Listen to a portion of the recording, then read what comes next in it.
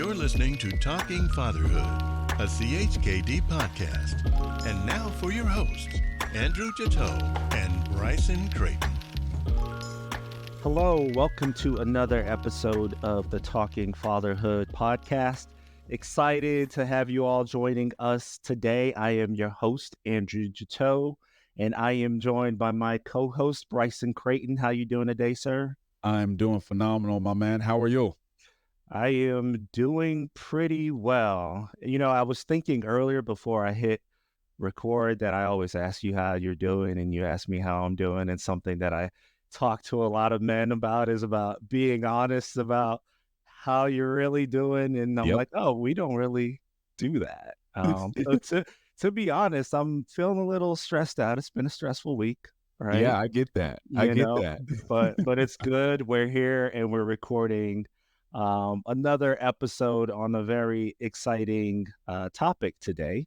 So we will be talking about sports. So we are not a sports podcast. We are a fatherhood podcast. And so what we're going to focus on today, especially, is the parent coach role. And so us being dads, us growing up playing sports in different capacities that we'll talk a little bit about.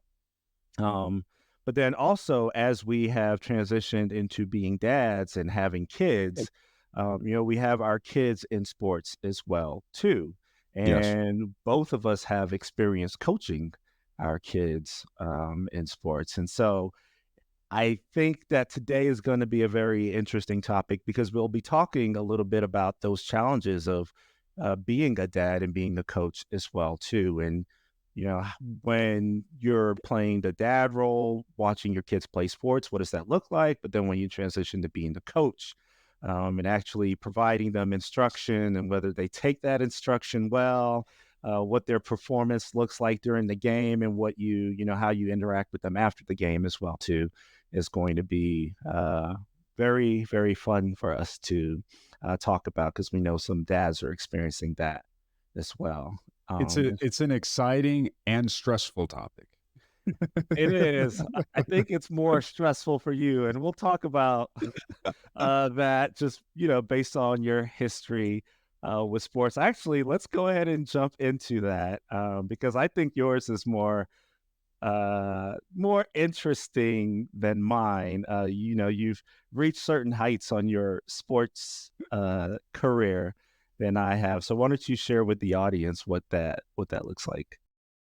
Andrew, as you know, I'm very competitive no matter what it is. Right. I despise of losing. It's one of those things that just is not a part of me. And it came up through sports. Basketball was my sport, and started playing at 4, 5 years old. And at a young age, I played multiple sports. I played basketball, I played baseball, middle school ran track in addition to that. And that, all of those things started to shift around 6th, 7th grade, really around 6th grade. I gave up baseball in 5th grade, and track just became a supplement, if you will, in middle school. Because it didn't take away from basketball, but I started playing basketball seriously in 6th grade. And that ballooned into AAU ball, traveling, and things alike for the better part of 7 years. Would have been 8. Unfortunately, I got injured my senior year of high school, blew up my knee, and that changed the projection of my life in general. Gave up scholarship opportunities, all of those components, because I couldn't play my senior year. And went to college, and that was actually my first coaching opportunity. I went back to my high school to coach freshman basketball, and that was an experience and kind of paved the way for some things. And now, we sit at the helm of coaching our children, and that projection is there. So, growing up and playing in that type of inference, giving that framing, traveling the country, playing at a fairly high level with some of the best athletes in the country at different tournaments, it changes you a little bit. It makes you look at things a little bit. You learn to lose but you also learn to not accept losing as an option. And so in adulthood, that has kind of shaped who I am now. Wait, so that doesn't make sense to me because Why? because to me, learning to lose means learning to accept No, losing. losing is a part of winning. You have to learn to lose so you can, in my opinion, you learn to lose so you know what it feels like, and you Right. never want that feeling again. And so it just encourages the appetite for winning that much more, at least for me. That's what it did for me. So it's not like the mentality like you win some, you lose some. No, absolutely No, not. you don't No, like that. no, you do not accept. Look, Unacceptable. and let me say this, just, obviously we're talking about fatherhood in general, but in correlation to sports, I think a lot of people unfortunately tie failure to losing. And I Mm, look at them as two very different things.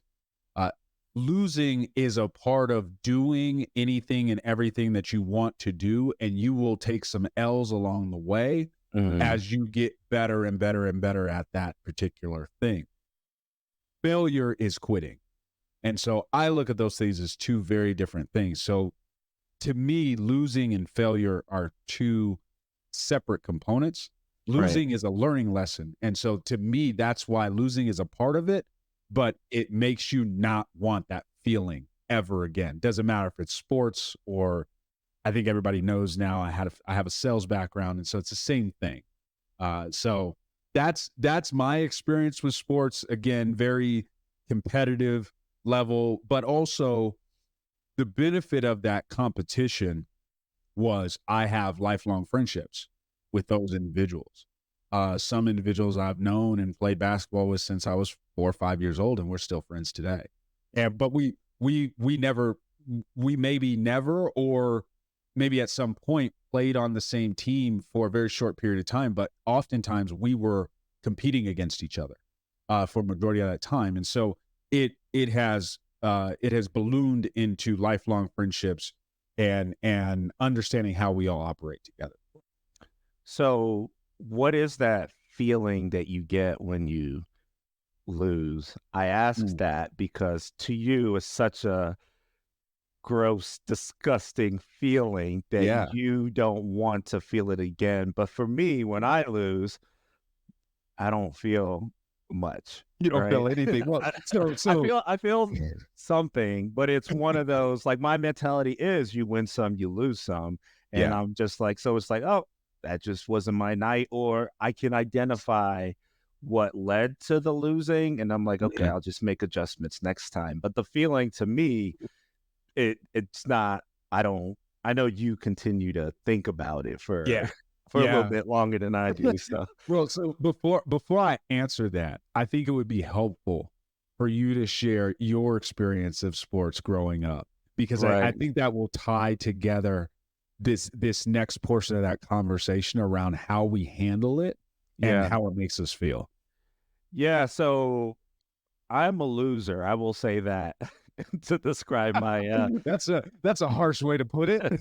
to describe my history with sports. So I love playing sports. I like being active. It's right now as I get older, just turned 39 by the way, everybody. But as I get older, I look for sports as a way to stay in shape and as a way to have fun. And especially when I'm doing it with people that I enjoy being around. And so growing up, I was always in rec sports. And so the first sport that I ever really played was soccer.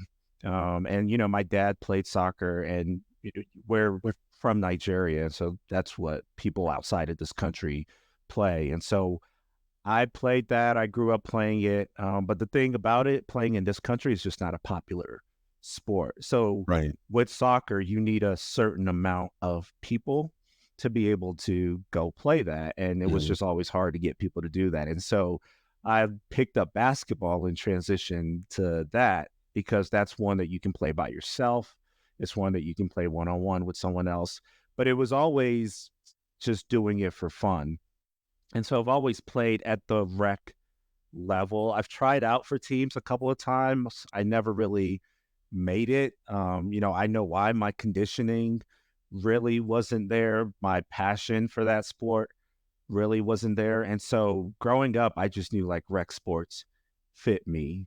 And Yeah. so, with rec sports, you just randomly assigned to teams and, you know, one of those things, everyone gets a trophy at the end. It's all about sportsmanship and it's all about playing and enjoying playing. And so that has always been my mentality with playing sports. And I know other people do it for other reasons. And, I have a lot of respect for people who are better than me and who play competitively in these sports.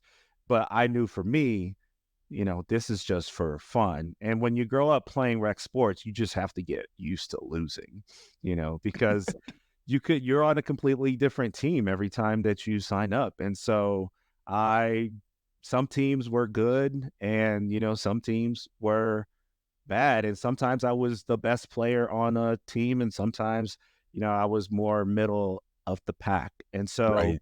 for me, we would lose and I would just have to figure out how to be okay with it. And so I just got used to losing and used to Yeah. learning how to cope. And I apply that to other parts of life as well too, whether it's, sequence, the game, the board game you and I played as a team for the first time. That's where your competitive nature really came out. Or it's volleyball. My wife and I play in a volleyball league twice a week, and so we take L's sometimes, and it's figuring out, okay, how do I cope with that and move on. And so, to me, my mentality is always, is this life or death?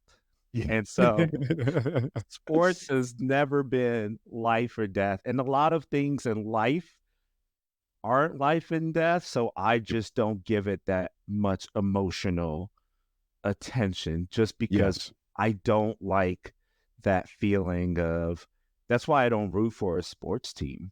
Because if I root for a team and they lose, I've seen people to where it ruins their whole year. They got to Yeah. wait until the next season, and so I can't do that. So that's my history with sports and sort of shaped my mentality with losing right now. And some people take that and they see me as not being competitive, or they will Right. say, oh, you don't try hard.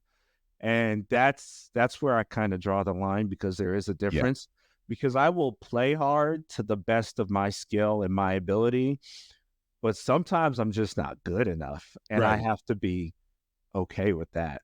But it sounds like for you, that's not acceptable. Well, no, no, no. So, what's funny about that and listening to your relationship growing up with sports. What's funny about that is I don't think we see it very differently. Mm, Now how we cope or how we handle it afterwards might be slightly different, but I would argue the goal is still the same. The goal is still the same in the essence of, hey, if we take a L, what are the learning lessons, right? What did we take away? Uh, how could we have impacted the result differently? Or maybe the other team was just better. Uh, Now that being said, when I refer to losing as being, for lack of a better way of putting it, unacceptable, mhm. I'm referring to it as in the realm of, let's just not accept it that way. Let's not accept the fact that we lost and it's just fine. Like, Right. let's take something away so we can do something better. And if we all collectively have that grind, then let's go. Mhm. And let's put more into it. Yeah, so I have a question for you. Yes. So there's two types of sports, right? So there's team sports and then there's like individual sports Yes. as well. So it sounds like you grew up playing team sports, and There are some challenges with that because you can only control what you do That's on the correct. court, but you can't control how your teammates played that day. And so I also know that you golf now, which Yes. is an individual sport, which I don't play golf, but from what I hear, is really just all a mental Oh, it's a game. challenge. Yeah. 100%. So what are the differences in how you handle losses in those Yeah. sports? So in the team sport realm, you're right. There's a lot that's out of your control, Mm-hmm. and it can also create um, a lot of angst and a lot of headbutting between individuals, friends, things of the like. Yep. And so you have to learn how to manage that. The individual sport in golf, because here's the thing, I'm not very good at golf. Mm-hmm. And I accept it at this point in time because I know why I'm not very good at golf. I don't play enough. Okay. However, I don't accept losing still. There's All right. still that component of me that's like, okay, I could have done this better on the course today. So I know to do that better next time. Mm-hmm. So it is different, but the mental capacity that goes into the individual sport is 100% on me, and it can be a derailer, Mm-hmm. especially in golf. And for instance, like we play pickleball together. Right. Yeah, I lose to you every single time. Yeah, I didn't I want to. I didn't want to bring that up. I didn't know no, how you would I feel about do. letting the world know that. And and here's the thing. I significantly dislike losing. But that doesn't prevent the camaraderie and the sportsmanship and also us going out and continuing to play, Right. because I do see the progression over time. It's the same thing with ping pong. Like, and if we were to play tennis, like those are not the sports that I'm used to playing. And so there has to be a little bit of an acceptance on the result. That doesn't mean there's not the knack of, hey, I want to get better at this. And the same exists with golf. So, to your point, like from your competitive edge, you have a competitive edge. Like Mm-hmm. I've seen it from us coaching together, from Right. us playing, pickleball or ping pong or whatever may have you. There's certain things where you're like, I'll throw my hands up, but there's other things where you're in there. Right. So, and that's why I say I think we see it close to the same way. The way we handle it, the way we manage it, might be a little different, but Yeah. on the surface, it can be. Now, that being said, I will say I used to be. Rewind maybe 5-6 years and prior, I used to be that person that, Mm. as a fan, my team loses, I am hot. Yeah. I am derailed. I'm not in a good mood. Those types of LSU, things. right? Yeah. LSU. Yeah. I'm a huge LSU fan. And so Yeah. I've grown out of that realm because mainly because of one reason and one reason only. Mm. It is 1,000% out of my control. I'm not on the field. I'm not on the court. And so there's no reason for me to hold on to that. But when I have an impact, I do weigh that in. And that has also shown, as you've seen in the conversations we've had, in coaching our children. Yeah. So let's transition to that because that does play a role in just the amount of control that you have, right? And so whether you're playing a team sport where you can only control how you play in the capacity a little bit, you can control how your teammates play by setting them up and, different things like that. And then individual sports where it's 100% on you, transitioning to coaching where there is some control that you play, right, with the coaching, mainly through your words, right? And so you have to figure out how to impart knowledge, but you're not out on the field as much as we would like to be out there on the field as we are coaching our kids. The, truth of the matter is we can't be out there. We can't be playing alongside them. And so there's a certain level of dissonance that just occurs, as a coach. So I want to talk a little bit about our experience so far coaching, how our history of playing sports has impacted us coaching, and then like how does our role as a coach impact our parent-child Hmm. relationship moving forward. So I can share a little bit about my experience. And so we talked about I grew up playing soccer, and so coaching both my girls, which I've had the opportunity to do.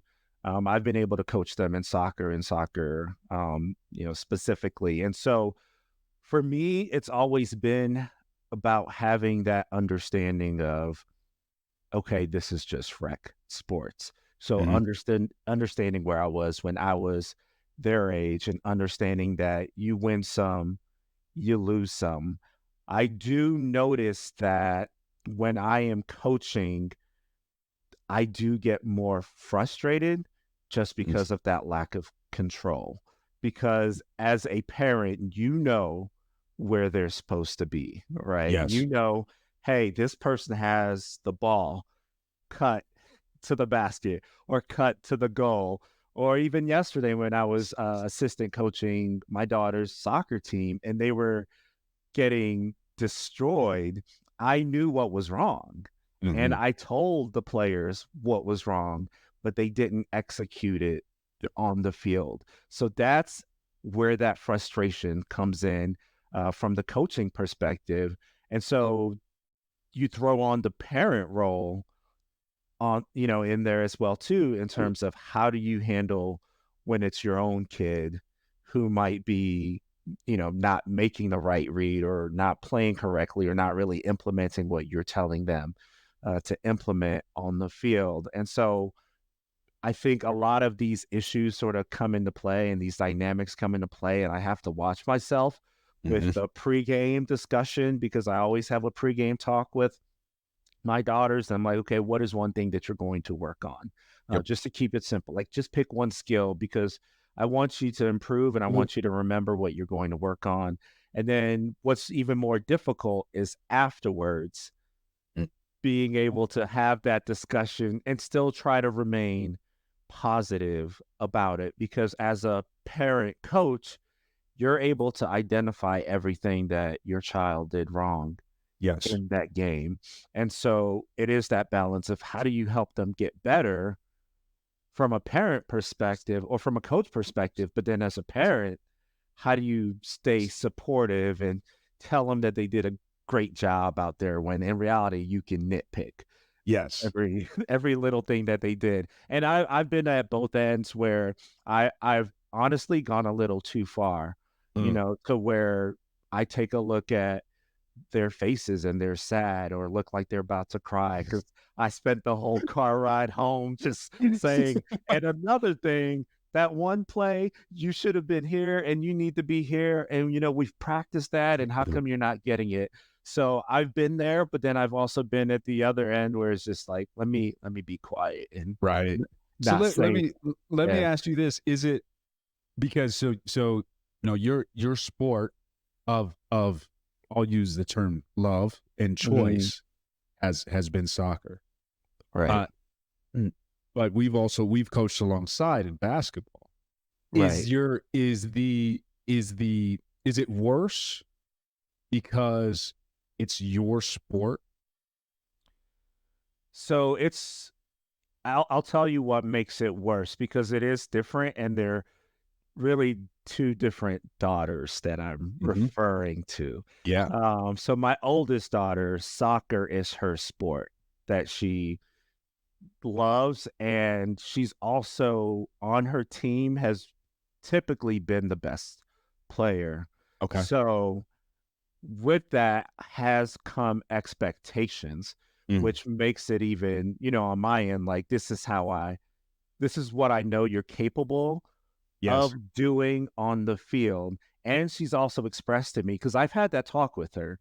I've said, hey, with sports, you can take one of two ways. Like we can continue to put you in just rec sports Hmm. and we can just go out and play for fun, or we can play competitively if this is something that you really want to focus on improving your skill. So it's still fun, but it's more so focused on getting better as a player. And so depending on what she picked, that'll let me know, like, okay, how does she want me to interact with her? And so she Right. told me, like, I really love soccer. I want to pursue it. My younger daughter doesn't really care for soccer. So when I'm watching or coaching her game, I am aware of the level of effort she puts in to it, Mhm. but I'm also aware of like her skill level as well. So she's typically not the best player on the team. And so I accept that. And so when she doesn't perform a certain way, I am aware of that.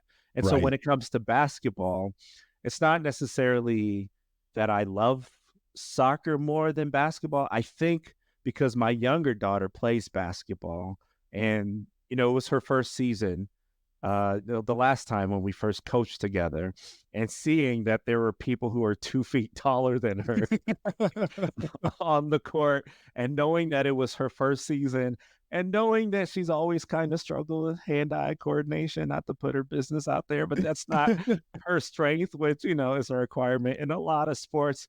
But she has improved and gotten better. So that one, there was less frustration when it came to that because there were all these factors of, so yes, one, a little bit, it's not soccer, but then it's also not, she knowing that physically she's at a disadvantage Right. already with the other kids. It made it easier to be like, when she shot the ball, she couldn't hit the rim a lot of Yeah. times. So you sort of expect that, and knowing as she continues to grow, she will get there. But that to me was where the frustration came. But I was also assistant coaching Right. as well too. So to me, it was never like an indictment on me, which when I'm coaching, it never is. It's never like, oh, I gotta coach better, because Right. I know like those kids aren't gonna translate what I'm saying. I Does it know. Yeah, go ahead. does it end like you talked about like the conversation on the way home, right? Yeah, yeah. After the game, regardless of the result. Does it end there? Like what does it impact the home relationship for Mm. either whether it be for a period of time, or do you take a different approach when it's like soccer season or basketball season? Like how does it impact afterwards? So for me, it ends there because, and I think that's just how I operate. I tend to let Mhm. things go just because I don't want it to impact the rest of my day, and I don't want my child feeling like I'm impacted the rest of the day based on how they performed, which is that line as parents who are not even coaching, but just observing the Yes. sport, is that feeling that your child must have of feeling like they let you down, right? Because at this point, they're not playing for themselves, Right. right? They're playing for you, and it's like, did I do good? And Mhm. so it's like making sure that I'm mixing in a lot of positivity and letting them know what they did well, and also that I'm letting it go afterwards. So I might be like, hey, let's go practice that skill that I talked about during the week. But I also, yeah, it's just about what their takeaway, because kids, they they process things differently than what we mean. Right. And so we feel like we're coaching them up, but they take a look at it as, oh, and my daughter has said that to me, like, I feel like you're not proud of me, or I feel like, you didn't like how I played. Internally, I'm like, I really didn't like how you Yeah. played that day.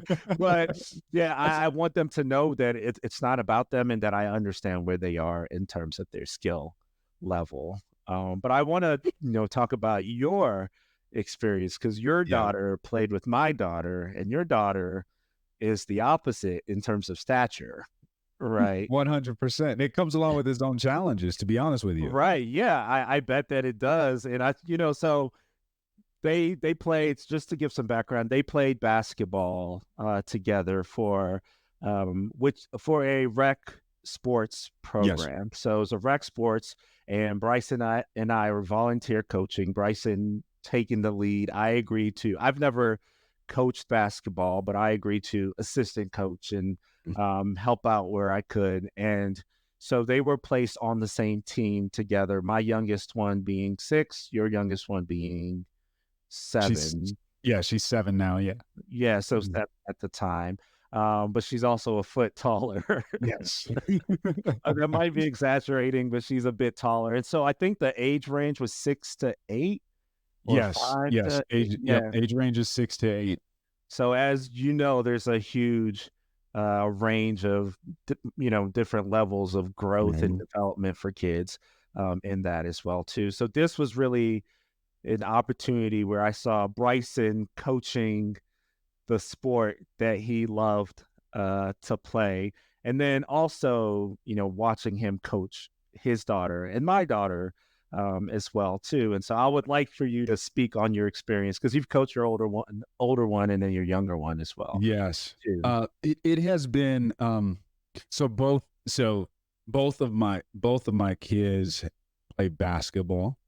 Mhm. They have both tried soccer. I did not coach soccer. Um, and they have aspiration for other things. Mhm. The just to give some context of what led me to coaching our kids, um, really it was the experience we had with soccer because it wasn't a great experience. And Mhm. sitting on the sideline as a parent watching somebody coach, regardless if they're a volunteer or not, watching them coach your children in a way that's like, in my opinion, not acceptable. And so seeing that experience, I did not want them to have that experience when it came to basketball because I think it would have been a negative experience because they would have Mhm. got a different message from me than what they're getting from the coach. And I didn't have a message when it came to soccer Right. outside of just general athletics and things of the like. So that's what led me to saying, hey, do you guys want me to coach you? And two, actually moving forward with it. The funny thing about this was it was a little bit of a conversation between my wife and I because Uh-huh. she knows my mentality. She's Uh-huh. seen me coach high school basketball. She's seen me play basketball. Just so the audience is aware, my wife and I have known each other now, oh man, 24 years. Mhm. And we've been together for, it will be technically 20 years next year. So when we think about those things, uh, it is a little wild on what my wife has seen. And so the reason I say that is because she knows who I am from a competitive perspective Mhm. and she knows how I handle myself in that environment. So she had some concerns like, hey, are you like able to coach 5 and 6 year old children? And Yeah. I questioned it myself. But when I took on that initiative the very first time, coaching my oldest daughter when she was 5, this is before Andrew, you and I met, obviously, Mhm. and taking that on, I started to see the challenges that came with being a larger child Mm. because she obviously hand-eye coordination at that age for any size is harder, but the larger the child, the more difficult. Right. And then also, we refer to her as our emotional bee, if you will, because Mm. she's not a soft person, but she can be very caring, if you will. And so, being bigger than everybody else on the court presents some challenges because she doesn't want to hurt anybody. Right. So, all of those things intertwined made the coaching experience difficult because I was a larger kid, Mm. and as the larger kid, I, for lack of a better way of putting it, enforced myself as a larger kid. And So you so, took full advantage of that. no, Yeah. 100%. Once I gained the hand-eye coordination that was necessary. Right. And my oldest daughter now she's starting to get a lot of that hand-eye coordination. She's starting to actually enjoy the sport. Mm-hmm. And then my youngest daughter, she's a little bit more of, let's say, a free butterfly. And what I I was going to mean say by a that, free spirit. Yeah. yeah, when she's on the court, it's, if she's not feeling it that day, she's not feeling it. She is very much 100% in or 100% out. Mm-hmm. There is no middle ground with her. And so if she's not feeling it, she'll just stand there and she'll do nothing. Right. And so that creates its own challenges. So from a coaching and parent perspective, if you will, the coaching side is difficult because, to your point, Andrew, what their potential is. Mm-hmm. And when I speak about potential, I'm speaking about it in the sense of, you play basketball at home. I know you know how to shoot the ball. I know you know how to dribble the ball. But when they get on the court, for some reason or another, all of that goes away. Mm-hmm. And I shouldn't say for some reason or another, because you and I have identified it in the sense of how chaotic the game of basketball is, even the game of soccer. But basketball is so chaotic because you have to use all four limbs. You have to know how to, we play positionless basketball at this age, but technically speaking, you're responsible for everything on the court at any given time as a basketball player. There is no offense, defense outside of switching. There is no, position, offense and defense like we see in football, or even to some degree hockey, or even baseball, where you are tied to a specific activity at any given time. Right. So that creates challenges for young children. And I think as adults, we forget, I shouldn't even say we forget, but it never even crosses the mind on how much decision switching goes into the sport, and how much inference we put on the idea that, hey, this is easy. Like, why don't you understand? Like, we're now on defense. Right. And so those things create challenges, and you try not to progress that onto them. Now, that being said, I will say the after the game conversation for me has been very different, only because I'm very cognizant of who I am from a competitor perspective. Right. I'm having a conversation in my mind as a coach on what could I have done better to help the kids get this better or do this better. But even more so, to your point, understanding the position and the mindset of our children at the end of that, sometimes they just don't care. Other times you can see on their face that, like, they're upset, or they're frustrated, or they're irritated, or they're ecstatic from the result or from what happened. And so I try to play into that as much as possible. And so just as much as you ask the question before the game, hey, what do you want to work on? I always ask the question, hey, what did you like about today's game? And or what do you feel like you did best? So they can reflect on it. And so I kind of take that approach, but in my mind, I'm having that same exact conversation. Like, no, this was wrong. This was wrong. This was wrong. I know you know how to do this. So to me, that's the coach experience. But the other side of it is, during the game, trying not to be parent is very difficult. And I don't know if you experience that, but even more so, I would say more so with my younger daughter, because she's like, Daddy, I just need a hug. I just need a hug. Or, or something happens, we get hit with the ball and the tears start rolling, and it's like, okay, coach, parent. And you're trying to have this balancing act without giving any type of preferential treatment to your child. Yeah, I think that's the important piece of it as well, too, is being a coach parent, how do you treat your child? Is there preferential treatment, or are you harder on them because they are your child and because you have certain expectations? Or, to your point, you know how to shoot. I just saw you shooting in the Yes. driveway. Why can't you do that in the game? And I think to your other point as well too, which I really connected with, and I think a lot of people don't put it together, and sometimes I forget as well too. But the games are chaos. Yes. They are chaotic up until a certain age.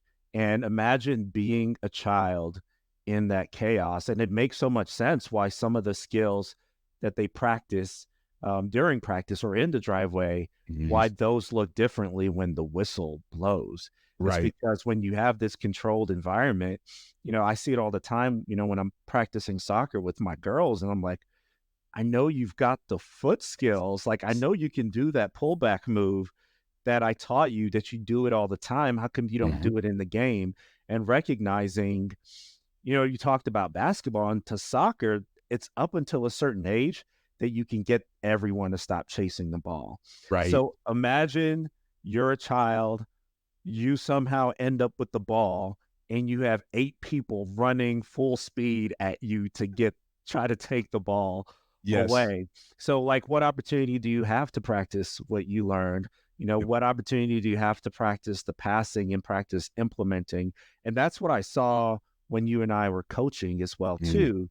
It's just that a lot of what we did in practice was really hard for the kids Yep. to implement as well too, because while I do like this system in the league that we played in, where there's a Mhm. wristband and one person is responsible for guarding the other, but it is chaos, and there's a lot of decision making to where it's like, hey, we're on defense now, Right. like, you need to figure out who's got the same color wristband as you. You need to find that person. You need to remember your defensive stance.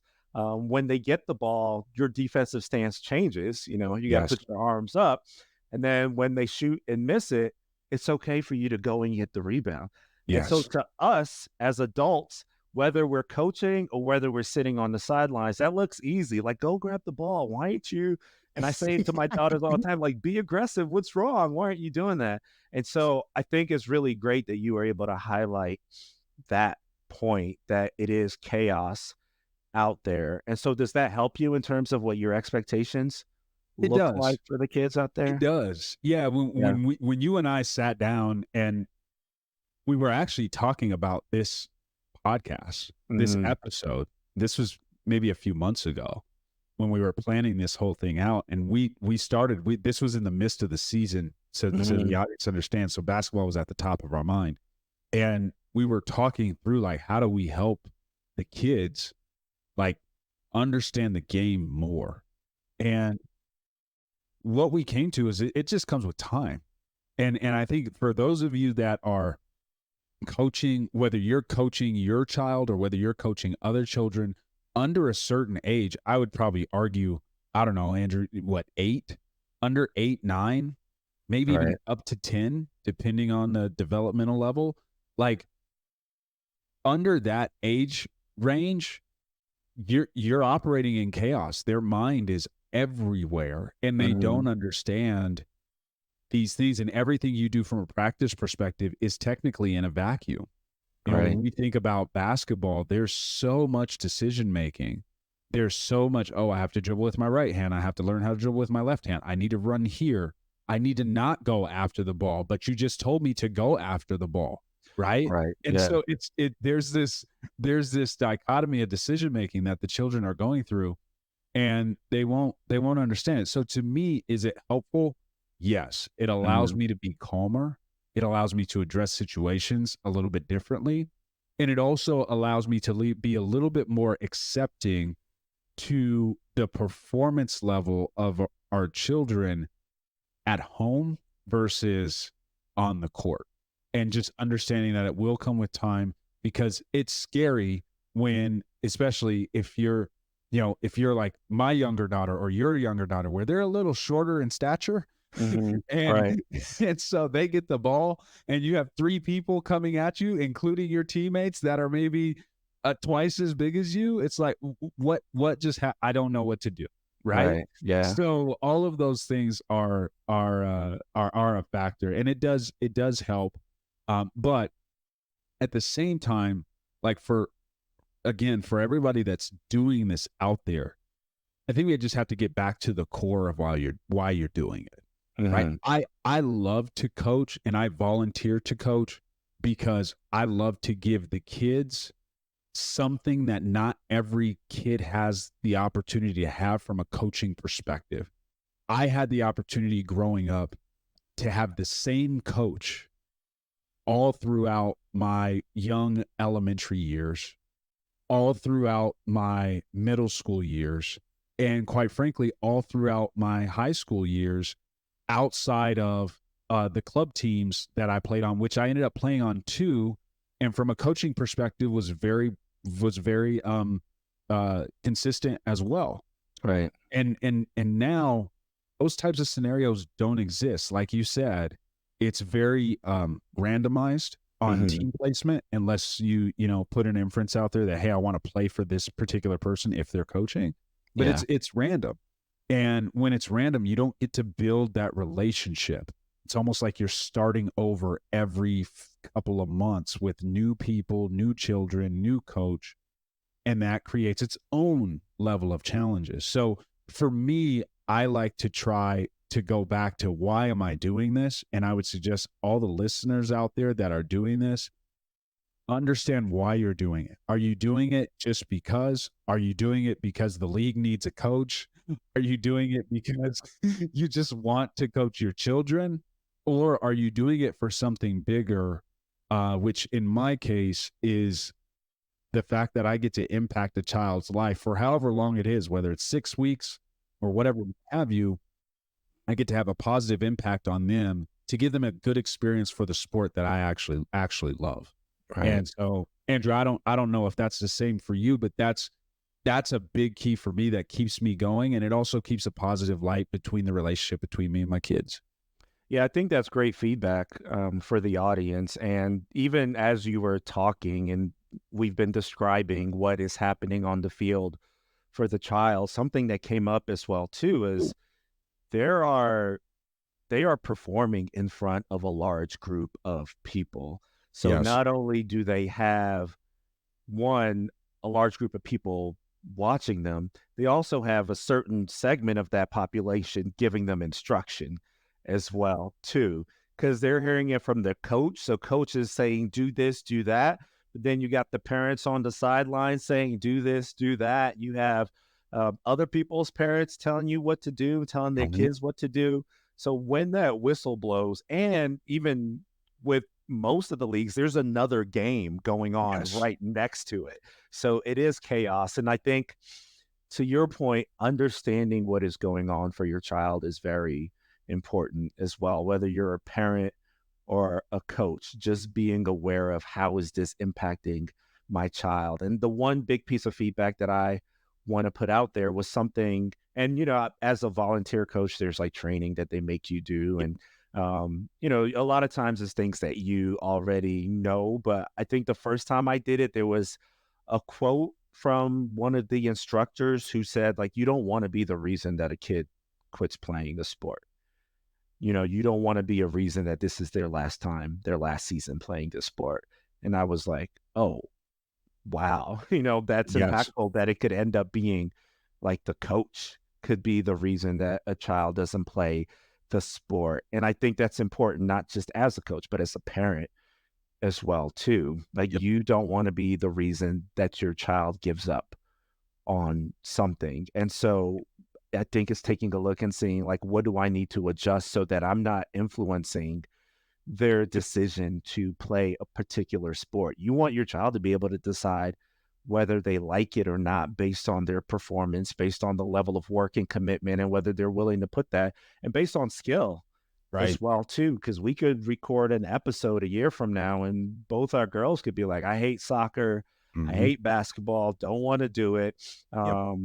And the episode could be about how we react when our child doesn't want to play our sport anymore, because that's a whole conversation in itself. But it's also understanding that your child is still learning and figuring out what they want to do. So soccer is the sport that you can start at 3 years old, but it doesn't Yes. mean that that's what they're going to continue doing. And so, they transition to basketball. It doesn't mean that that's what they're going to continue doing. And they may not like sports at all. And I think Right. as parents, it's really understanding that as well too, and just really being mindful in terms of how you talk to your child before the game, after the game, and if you're coaching them, being mindful of what's going on for the kids and being mindful of the type of child that that your kid is, and whether they're more sensitive or, as as a coach, certain kids need to be coached a certain way. Yes. And, not all types of coaching works for kids. So there's just a lot to be aware of. And I think as long as, you choose to volunteer to be a parent coach, as long as you're aware of that, not only for your kid, but for every kid playing, things will work out well. So, and I think that's a Agree. good place for us to wrap up today's episode. So want to thank everyone for joining us for today's episode, exploring the role of parent coach. I'm glad we had the opportunity to talk a little bit about our history with sports and our competitiveness, differing levels of competitiveness. I'm sure that some of you listeners out there can relate to either myself or Bryson, or maybe you're somewhere in between. But hopefully this was a helpful conversation with some takeaways. So once again, thanks for joining, and we will talk to you next time. Thank you for tuning in to today's episode of Talking Fatherhood. Make sure to like, comment, subscribe, and share this episode. We'll catch you next time.